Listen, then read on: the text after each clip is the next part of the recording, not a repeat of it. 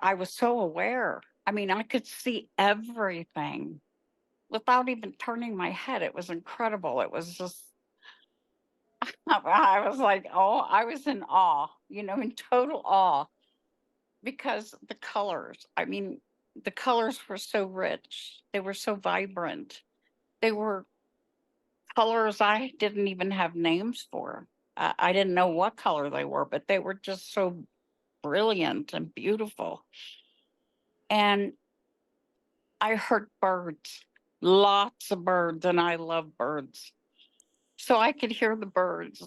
And then I heard music as we're walking through, and I'm seeing all the beautiful trees and the flowers. And I was barefoot. So I could feel the cool grass on my feet. And that's something that I love, like even when I was a little girl. I'm very pleased to present Sharon Milliman to you today. Sharon, thank you so much for being my guest. I'm excited to hear about your experiences. Uh, Well, thank you so much for having me. It's an honor to be here. Well, I have had 4 near-death experiences, but the second and the third were the two deepest and most meaningful. So, if it's okay with you, that's what I will talk about. Sure, Uh, yeah. okay. Um, well, the first one I drowned in a pool, and the fourth one I had an adverse reaction to seizure medication, and I had died from they call it respiratory acidosis. And so that's what happened with those. But the second one, um,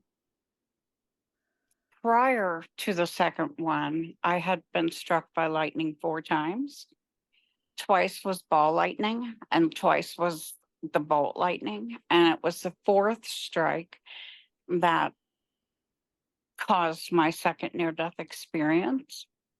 And I was sitting outside talking on a cordless phone, and we had an overhang from the roof over some concrete stairs in the back. Um, and so I was just sitting on those stairs talking on a cordless phone to a friend of mine, and it had started to rain, and I heard thunder in the distance, but I didn't think that, being on a cordless phone would be an issue.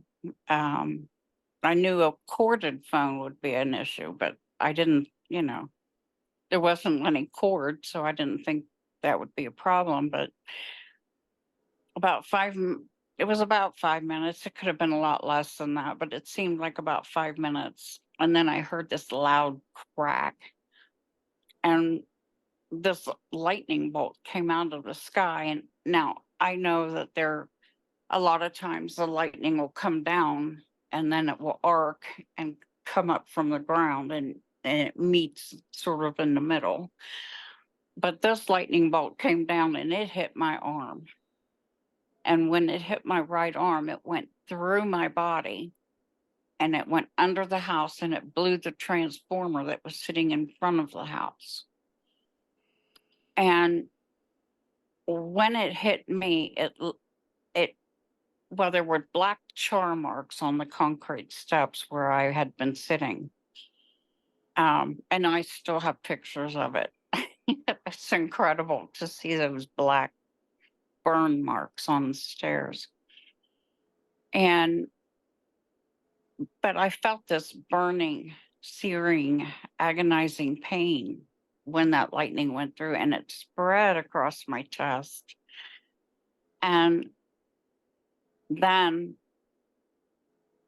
I was knocked to the ground and I'm laying there, and then all of a sudden my spirit just peels up out of me, like peeling a banana. I just lift right up out of myself, and I'm standing next to myself. And I had no idea. I mean, it happened so fast that I had no idea that I was dead, even though I could see myself laying there. It was just like, huh, you know, my brain just couldn't, um, I guess, process what had happened.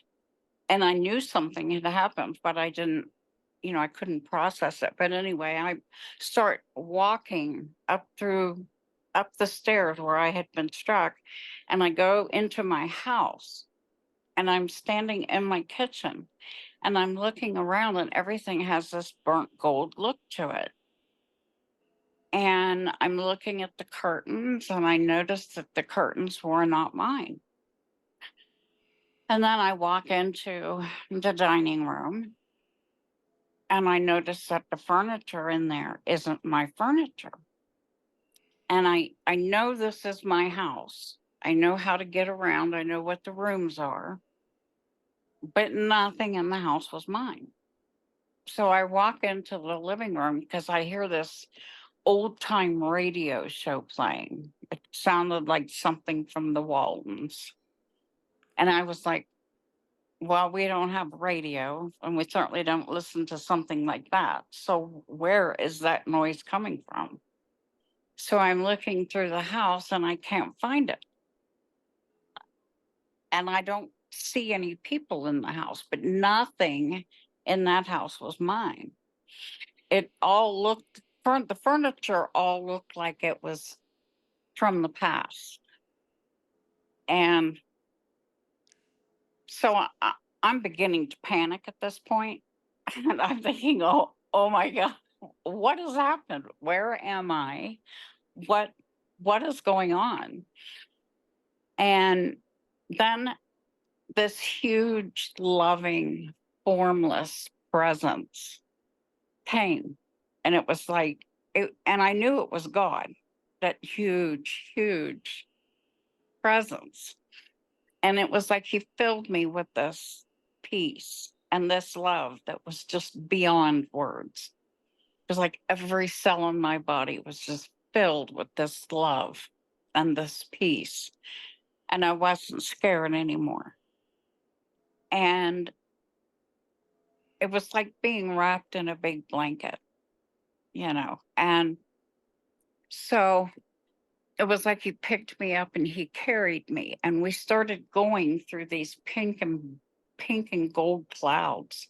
But we didn't go up and we didn't go down. We went sideways, and we were moving very quickly, laterally through these pink and gold clouds. And when we got to the end of the pink and gold clouds, and they were magnificent. And I've noticed since after a storm, the the clouds are pink and gold. I mean, they really are. I've seen them, and they're pink, and then they have that gold trim around. And I'm thinking, oh my gosh, okay, so I've been through a storm, and he's came and he got me. Um, but that's what they look like. And at the end of the pink and gold clouds, there was this magnificent garden. And we just got to the very entrance of the garden. And these two young men stepped forward. And at first I thought they were angels because they just glowed, It was like they glowed from the inside out. But then the flowers were glowing, the trees were glowing, everything had this glow to it. And they were wearing this linen, it looked like an expensive linen. And for some reason, it was important for them to show me what the linen was made of. So they put this picture, like a little picture right up in my face of the weave pattern of the clothing. And it was a herringbone weave. And at the time, I had no idea what they were doing. Why was that important? But it was. But when they smiled at me, it's like, oh my gosh, I know who you are. They were my two brothers who had died when they were babies. So that was an instant knowing. And it was like, I was so happy to see my baby brothers, and we had this wonderful family reunion. And I looked at them and I said, you look so much like Dad. When you smile, you look exactly like Dad. And I kept telling him he would be so proud of you. I wish he could see you because they were so beautiful. So we had this beautiful family reunion. And so after that, they were with me. So, like, Stephen was on one side, Michael was on the other, and this presence, this huge loving presence, moved from beside me to behind me. And so my brothers and God, they were with me, and we started walking through the garden, and I was looking at all the flowers, and there was a field stone wall that was like halfway. It was on the left hand side, and it was about halfway between the entrance of the garden to where the big glorious city was. That's what I call the glorious city. I could see the city. I mean, my senses were so heightened. So I was so aware. I mean, I could see everything without even turning my head. It was incredible. It was just, I was like, oh, I was in awe, in total awe, because the colors, I mean, the colors were so rich. They were so vibrant. They were colors I didn't even have names for. I didn't know what color they were, but they were just so brilliant and beautiful. And I heard birds, lots of birds, and I love birds. So I could hear the birds. And then I heard music as we're walking through, and I'm seeing all the beautiful trees and the flowers. And I was barefoot. So I could feel the cool grass on my feet. And that's something that I love, like even when I was a little girl, I would run through the grass in the evenings barefoot, and the grass would be really cool, even though the air was warm. And that's one of the things I've thought about when I was there. I thought, oh my gosh, this is just like when I was a little girl, that cool grass, that smell of fresh cut grass. I could smell, I could I could hear, I could see. I mean, I had all of my senses. I was still me, you know, and my brothers, they had to tell me I died because I had no clue. I was just like in awe of all this. I'm thinking, where am I? What has happened? What, where is this place? This is so beautiful. And the love I felt. There was a ton of people, and nobody was old. They were all young, between, I don't know, late 20s, early 30s. And my brothers were about that age. And it was uh, the acceptance and the love that I felt from everyone. And it was interesting because everybody glowed. They had that glow around them, but it was like it came from in here and radiated outward. Well, when my brothers told me I had died, I thought, well, if this is death, I can do this. Yeah, that's just no big deal. So I'm looking around, and I hear this glorious music, and I could I could see that it was, like the leaves have a vibration. The trunk of the tree has a different vibration. The the grass has a vibration. Each flower has a different vibration. The water, there was a stream that just, I mean, it looked like there was 1,000 diamonds in that stream. It was just sparkly, and it was going over some rocks. So I noticed that it had a sound, and the rocks had a different sound. And when you put in the birds, and you put all of those sounds together, all of those vibrations together, and even the colors had a different vibration. And you put them all together and you have this magnificent orchestra. I mean, it was huge. And I call it big music because I don't have a word for it, but it's gigantic music, every instrument you could think of, bells and drums and piano and violin and cello and all of these different beautiful sounds. And I learned that everything had a vibration and everything has a certain sound, and that vibration makes that beautiful music, and everything was singing praises to God. It was just incredible. The flowers, the birds, the grass, everything and everyone was singing praises to God, and it was just incredible. Um, but when my brothers told me I died, I noticed that everybody had a body and they were just beautiful. They looked strong and healthy, and no one was sick. No one was on crutches or in wheelchairs, or nobody was old. So I looked down the front of me to see if I had a body too, and I did. I could see my hair going down the front of me. I could see my clothes.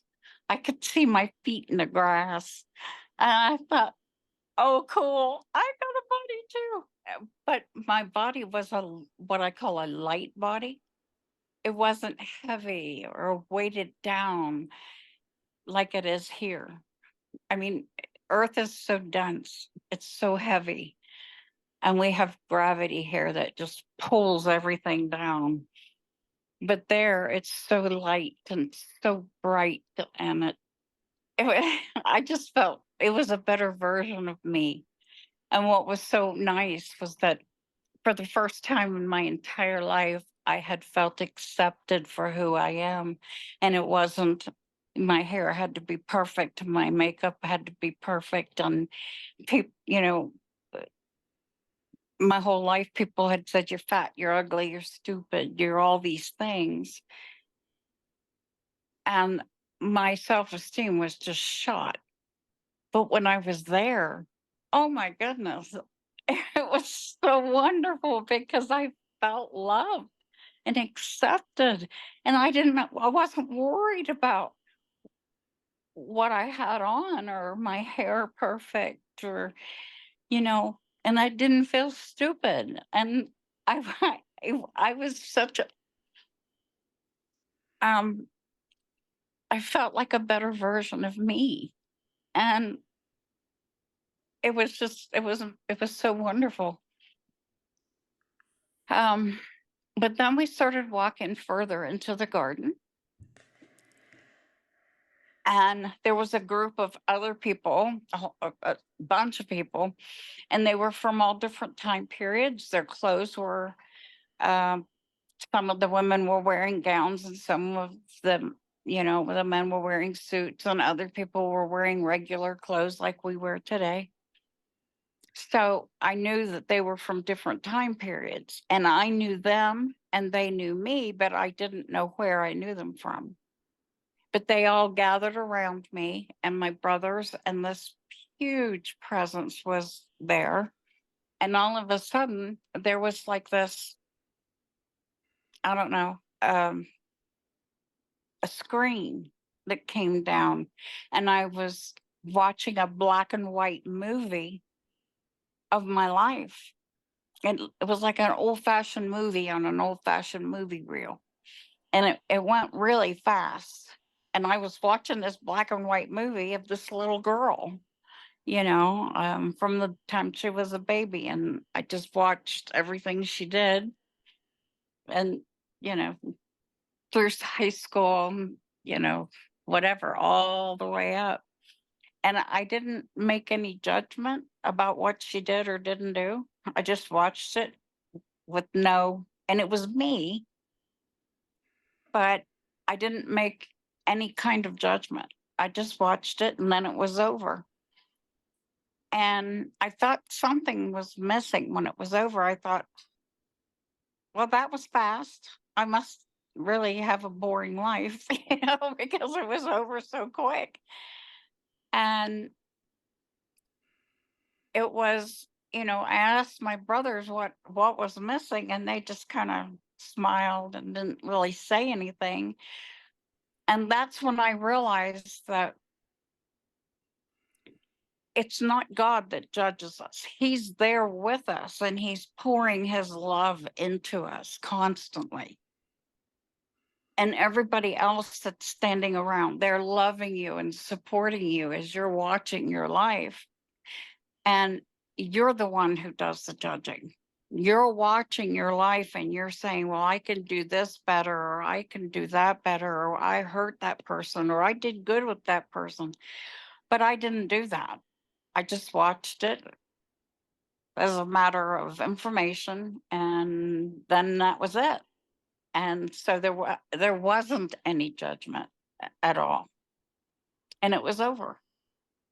And so then we went and we walked further, and I was able to see the um the glorious city. I could see the buildings on the outskirts of the glorious city. There was a big golden wall that surrounded the city, and I knew that that was the barrier. I couldn't get beyond that, but I could see some of the buildings inside the city, and there was one in the center that was huge, and it was round, and it had a golden dome on the top. And I don't know what was in that. I kind of joke and say that's an arena where everybody gets to go and sit and watch the virtual reality of, you know, our lives, and they get their popcorn and their Coke, and they buy their tickets, and they say, okay, I'm going to bet on this person or that person, sort of like the big brother in the house type virtual reality TV or whatever. And they sit and they watch us, I bet this person is going to do this, or this person's going, and it turns into a fun thing. I don't know if that's what it is, but that's what I try to tell people that jokingly. I tell them that's what it is. It's a big theater. Um, but I saw other buildings. I saw where babies and children go when they die, and they're loved and cared for by past, grandmas and grandpas and mentors and teachers and angels, and they're loved. I mean, and they're all fine. They're running around playing, and it's like this place is like Toys R Us on steroids. It's just an absolutely beautiful place. And they will grow physically to a certain level, and then they'll stop growing physically, 20s, 30s. And then it's all about spiritual growth. And but I want people to know that their children are fine, and their children love them, and their children will be with them, and that they are being loved and cared for. And um they'll be there when it's your time. They'll be there for you. Um, the other thing I saw was something that appeared to be like a spiritual hospital. Um, and it's not for like people being sick or anything like that. It's for people who die very traumatically, um, very quickly, and they don't know, like me, I didn't know I was dead. Someone had to tell me that I had died.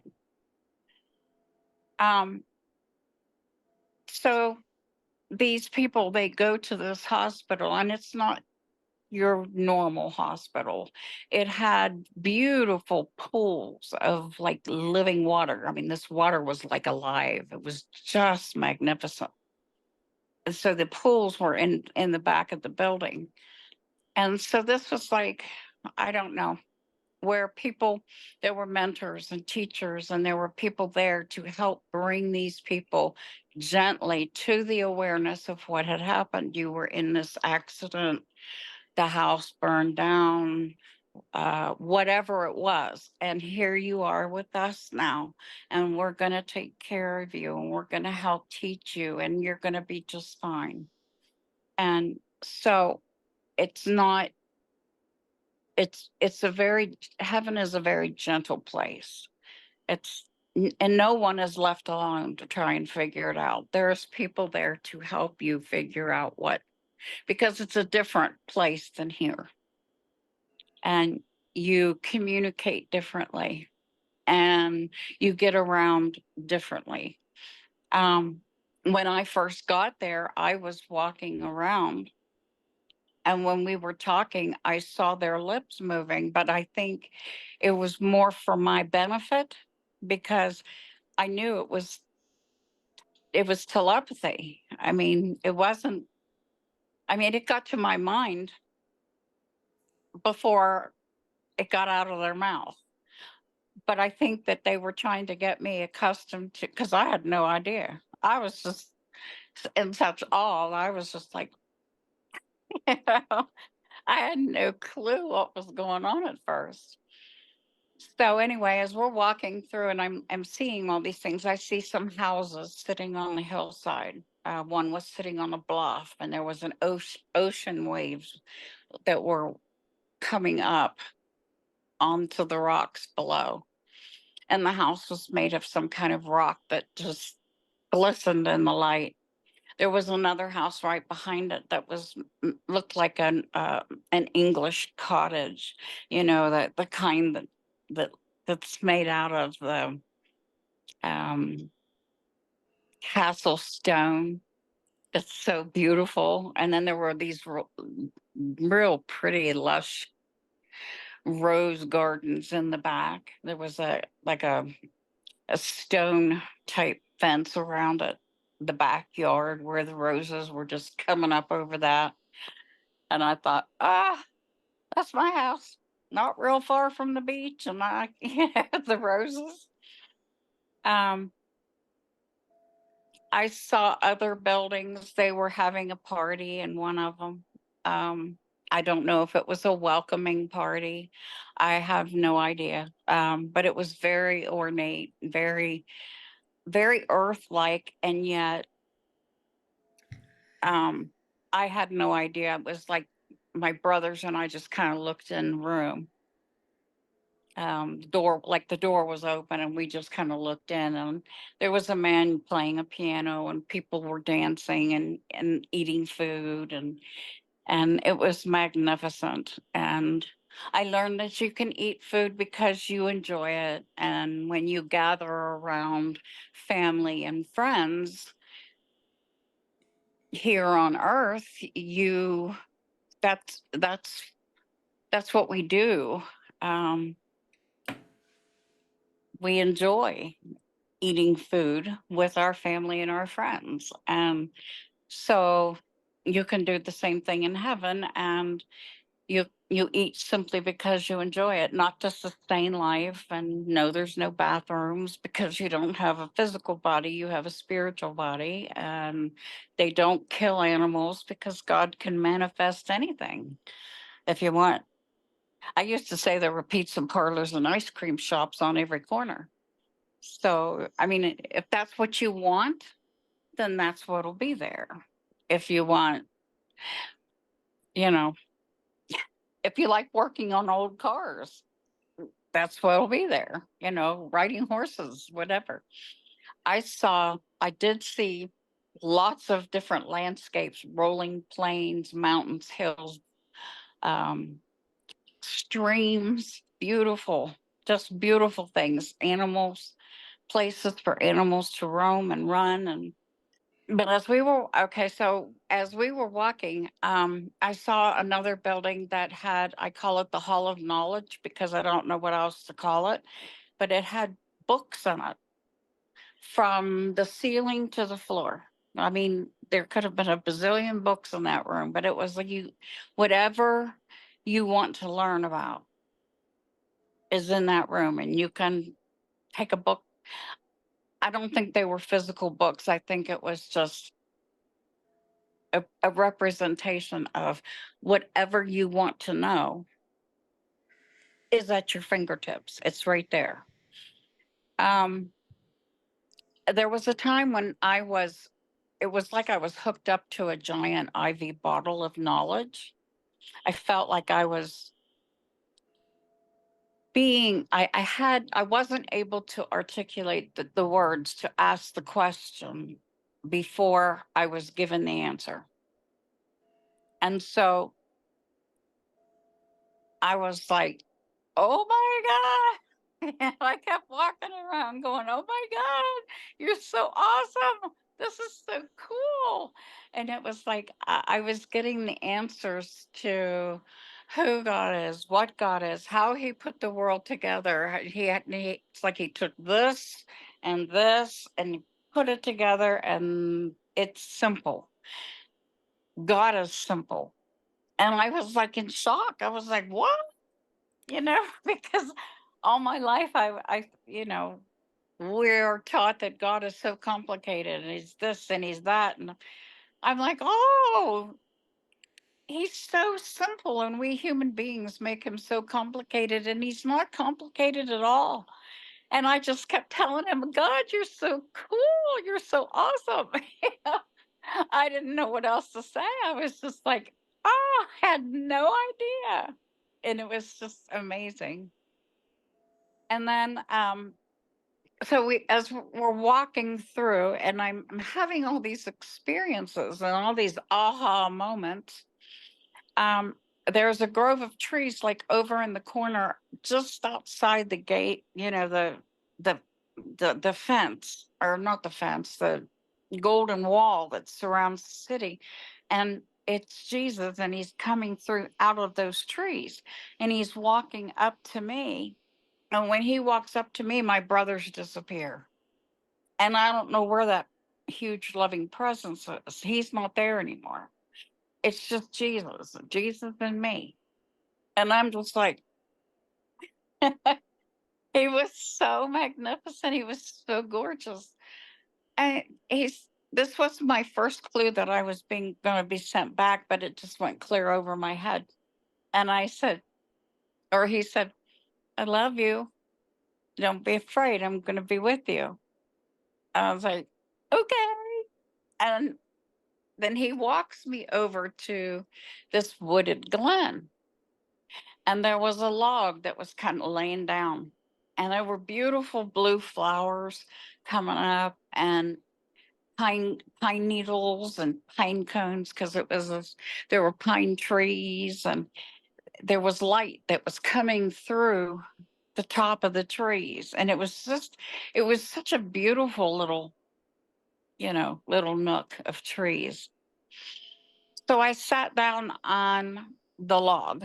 And when I sat down on the log, Jesus walks away, and there's a man sitting there. And I knew that man was God.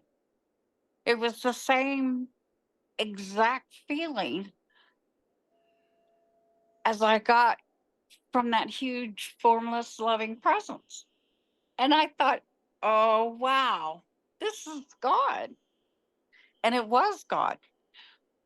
But what I learned was that God is spirit. When he's a huge, formless, living presence, he's so big, huge, limitless. He can do anything. But what he did was he had a message for me that was important. And he appeared to me in a form that I would understand. He,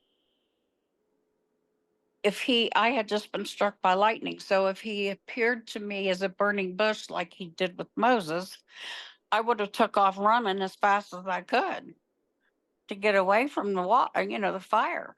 I died by fire. It was like, no, no, I don't think so. So he appeared to me as he was like an older version of Jesus, is what to me, is what he looked like. And he was just so loving. every cell of my body was filled with this love and this compassion that I didn't even know what to think. And so we were talking, just chit chat. And then all of a sudden he says, "What would you do if it was just me and you?" And I didn't know how to answer his question. I was, "What?" And he said, "What would you do if it was just me and you?" And I didn't know how. I've never been asked anything like that, and I didn't know what to say. And so he said, "Well, come with me." So we got up and we walked through the deeper into the wooded area, and we found a clearing. And he kind of waved his hand. And when he did, he opened up the sky and he showed me the vastness of the universe. But there wasn't anything in it. There were no people, no trees, no houses, no cars, no animals, or nothing. It was just planets and stars and gases and whatever. And I thought, oh my God, that is so big. It was beautiful, but it was big and it seemed empty to me. And no, I'm not a space person at all. I would never get in an aircraft and go there. Nope. So I just looked at him and I said, "I don't think so, because if it was all of that and just me and you would be so sick of me after the first 10 minutes with all my questions and chatter, and you wouldn't like me anymore." So I said no. And then it was like, he kind of threw his head back and he laughed. And when he did, his eyes just kind of twinkled and sparkled. And I thought, that was the dumbest thing I could have ever said. Who says something like that to God? And I was like, oh my God. So what I did was I realized I was really embarrassed. So anyway, we went back and we sat back down on a log, and he looked at me and I was just like, glowing, beet red. Just, I knew I had just really said something dumb. And he said, again, "What would you do if it was just me and you? No people, no mom and dad, no husband, no children, no animals, no friends, nobody, just me and you." And I really didn't know what to say. I mean, there was just nothing in my mind to say. So I'm looking at this beautiful oak tree that's in front of me that must have been 1,000 years old. I mean, it was just huge. And I noticed the detail of the bark, and I noticed the roots beneath the ground and how the roots pull the nutrients out of the soil, and it goes up into the trunk and then up into the branches and into the leaves. And the leaves take whatever they need and they do whatever they do, and they clean the air, and we clean the air. I mean, we breathe the air. And so I noticed that everything is connected and that we are all interdependent upon everything else: the soil, the trees, the leaves, the air. Everything has a purpose. And it's by divine orchestration that everything works the way it does. And that was huge for me because I'd never thought about stuff like that before. And I said to him, I won't say, I quoted something that I don't know how I got this information, because I've never read this book before. I had no knowledge of this particular tradition or anything else, but I quoted something out of it, and I said, "God, um, You're everywhere, you're nowhere, and you're in me. And he said, yes, that's right. And then I looked at the tree and I said, God, you made this tree. You're in this tree. So when I see this tree, I see you. And he said, yes, that's right. And so he was putting these thoughts into my head, and I started thinking about my parents. And I said, God, you made my parents. You're in my parents. So when I see my parents, I see you. He said, yes, that's right. Well, then I started thinking of my children, and I said the same thing. And he said, yes, that's right. And then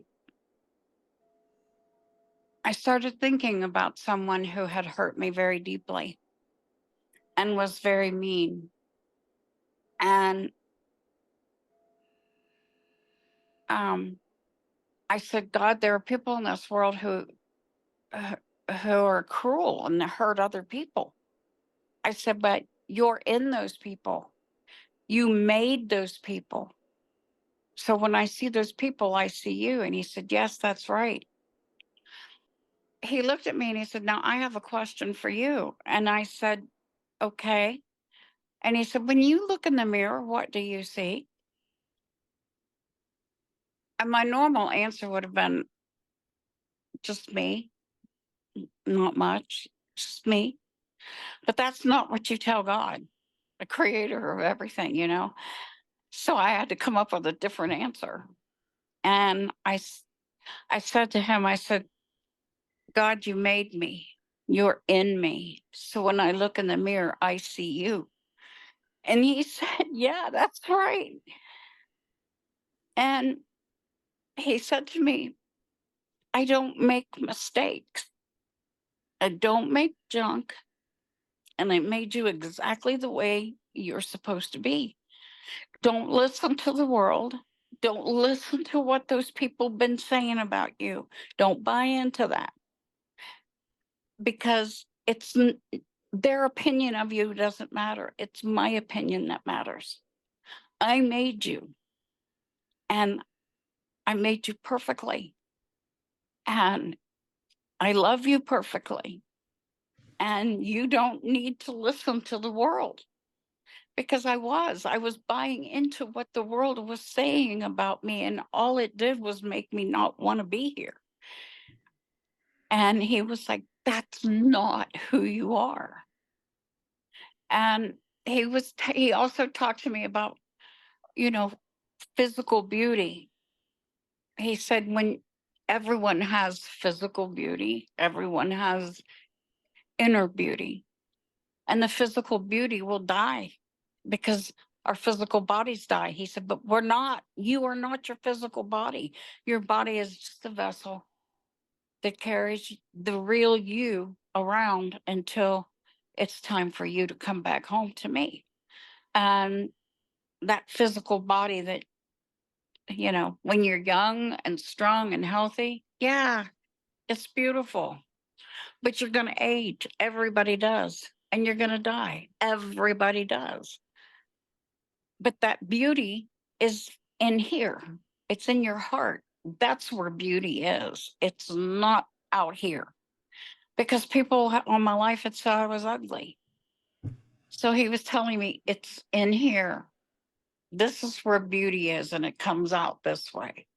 It's not what you see. It's who you are.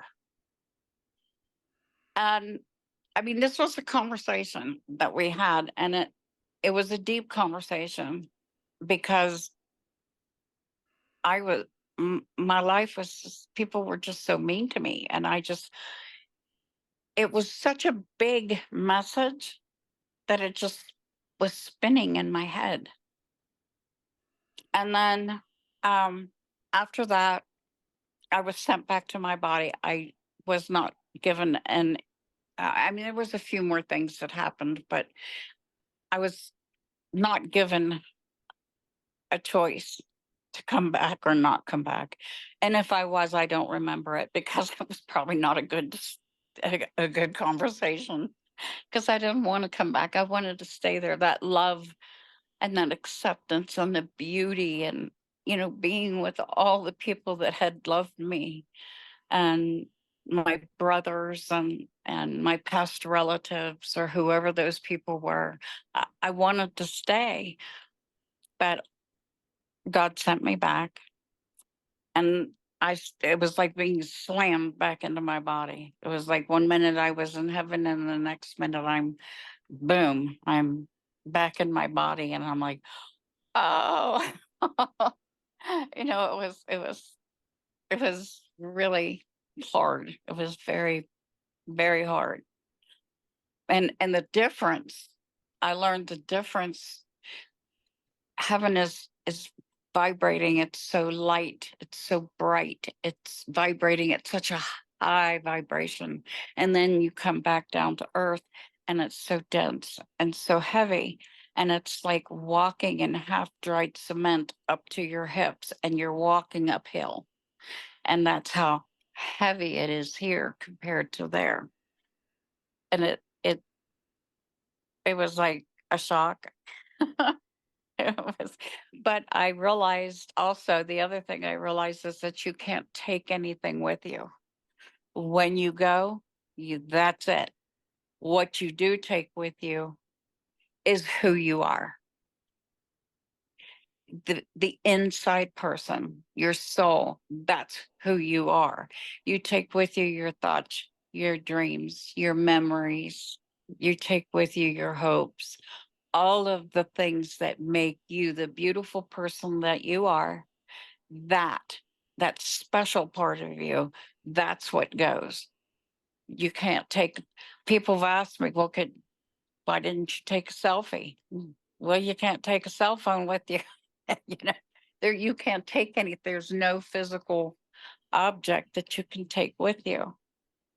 um but it's it's just amazing, because you do remain you. And it was like my identity was important. I didn't just dissolve into nothing. Although when I came back up for 6 months, I was living in this oneness, what I call a pink bubble. And I was in that oneness with God. It was like I had one foot still there and one foot here. I could see the glow around every living thing. There was this, I don't know how it was it stood about this far out, and it surrounded every person, animals, trees, flowers. Every living thing had this glow about it. I felt like I was walking 3 feet off the ground. People did tell me that I looked like I was glowing. It was incredible. And you couldn't hurt me if you tried. I loved everything and everyone. And that lasted about 6 months. Um, Now, that was my second near death experience. My third near death experience happened. I was having in 2016. In November, I had a bowel blockage and I had emergency surgery.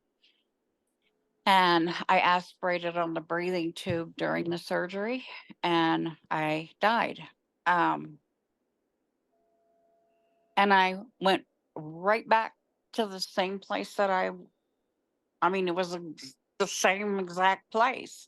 Only this time I was standing at the Golden Wall that surrounded the city. I could see where the I could see that, the wall, there was a stone wall that was between, it had the pink roses growing up and over it. That I could see that.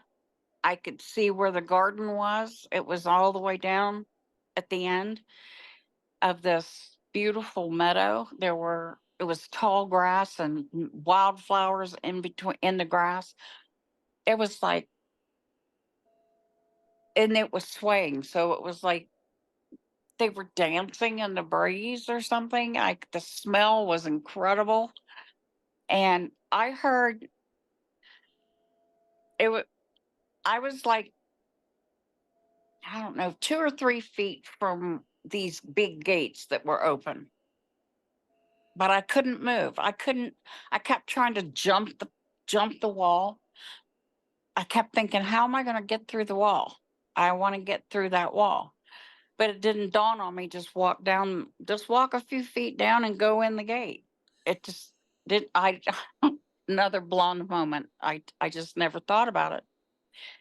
But there was this little brown and white beagle puppy that ran over to me, and he was jumping up on me and he wanted me to pet him. So I knelt down and I was playing with this little beagle puppy.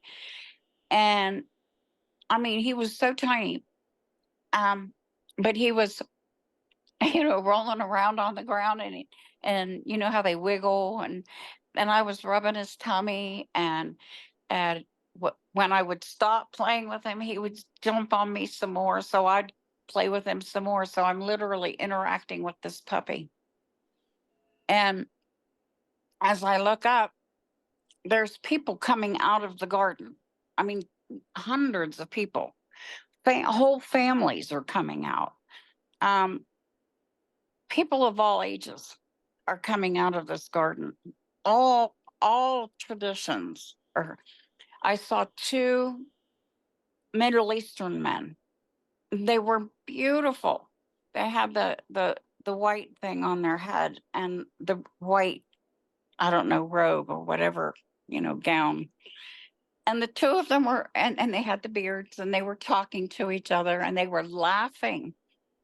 And I noticed that each person had an angel with them, and the angel was taller and more illuminated than the people were. So that's how I could tell the angels from the people.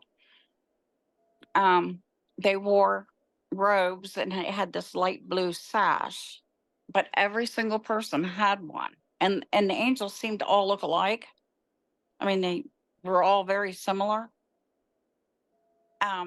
But I saw children and older people and younger people. But once they got through the city, everybody was in their, 20s and 30s. I saw the two Middle Eastern men and they went right through the city. I mean, right into the gates.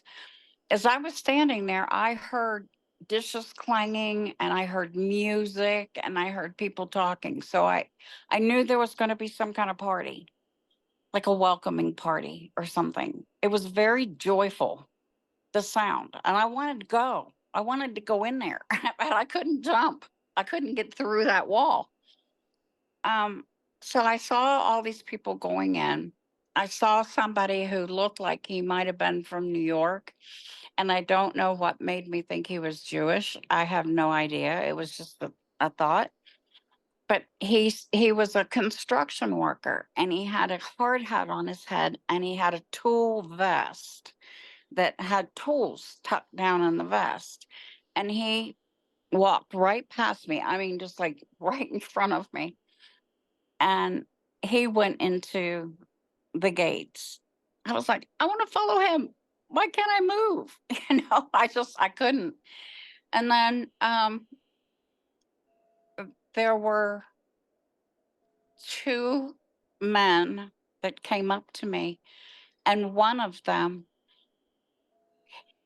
I recognized him from some pictures that I had seen that his mother showed me, and he had died years ago. And I was like, oh my gosh. And he was escorting an older gentleman into the city. And they walked right up to me, and I was like, oh my gosh, I know you. And he smiled at me, and he took his dad, and they walked right into the city. And I was so happy for him. I was like, oh my gosh, this is so awesome. I really knew this person. And so as I said about the other one, there was more that happened, but that was the most important part, was that heaven isn't just for, certain people. Heaven's for everybody. And I saw people from all different walks of life, all different traditions, all different colors and races and creeds and whatever. the terms are. And they went right into the city. And it was such a beautiful thing. So I got done playing with the puppy, and I did go back into my body, and when I did, I still had the breathing tube in my mouth, going down my throat. And the doctor was in the room. He was at the foot of the bed by the door, and the nurse was over to my right, and he had a machine, and he was doing something. And when he saw me, I had my eyes open, and that's when he took the thing out of my mouth. But what I don't tell this to too many people, but I did ask the doctor once that I was able to speak. I asked the doctor, I said, "Can you dream when you're under anesthesia?" He said, "Why?" I said, "Because I was in heaven."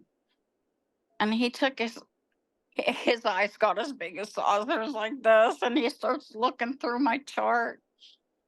And he says, "No, you can't, because I give you a cocktail of medications that bring you as close to death as possible.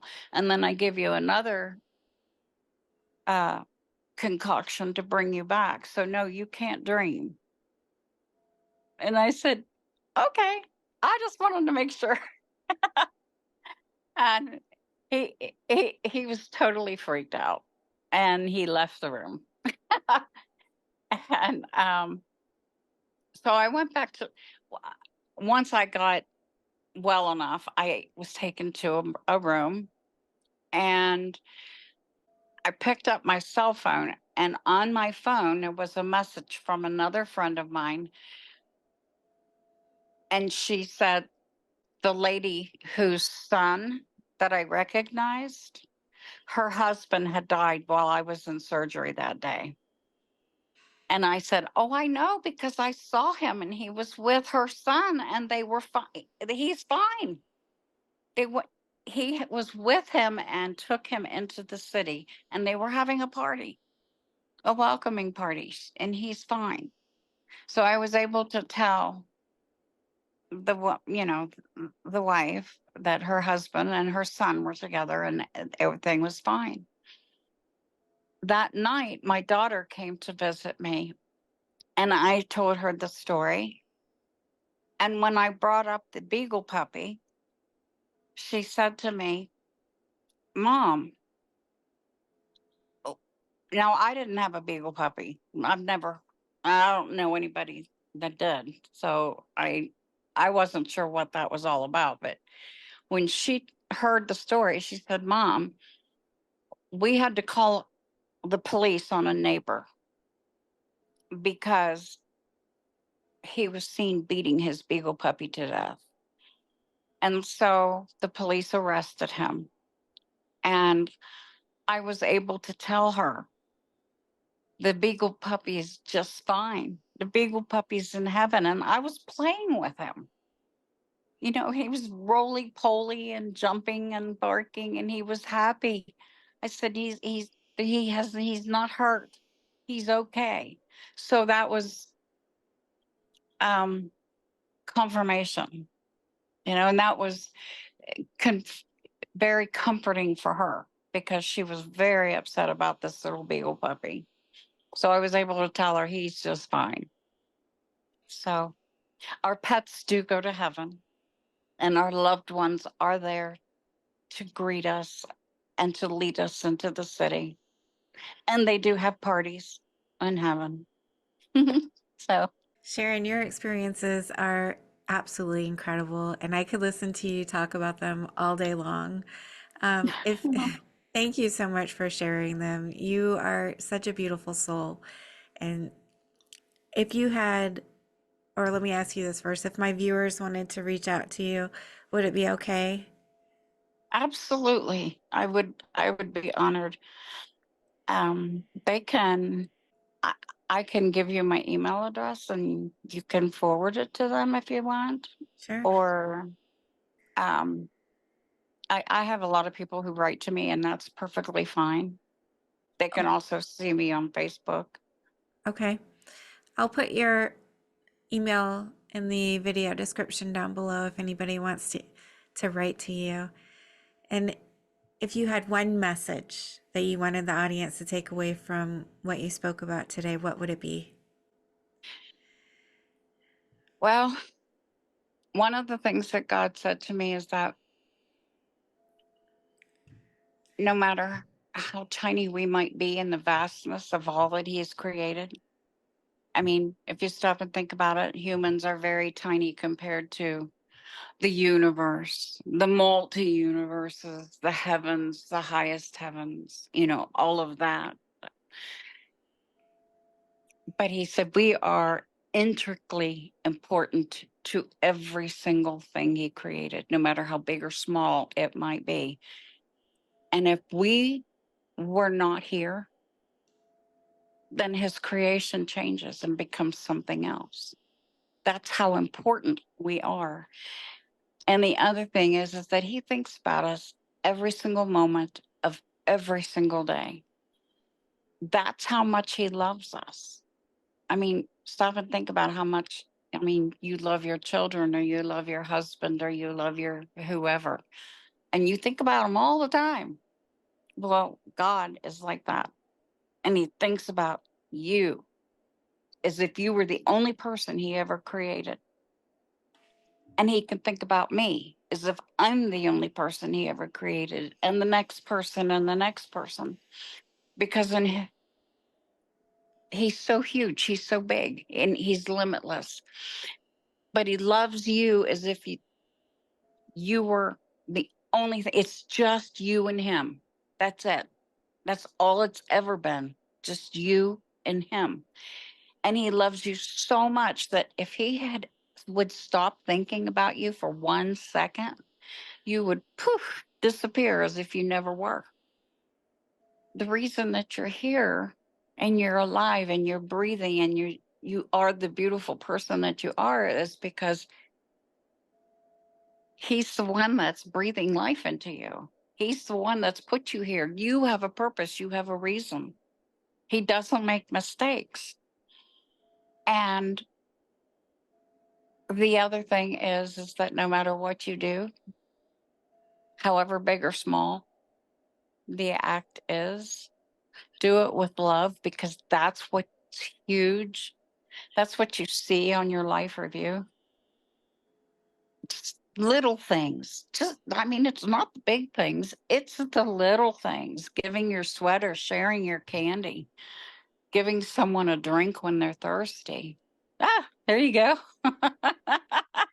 Loving yourself, you know, just realizing that you are His creation and He made you in His image, and He did. And we're here to experience and just enjoy the experience. Go enjoy the ride.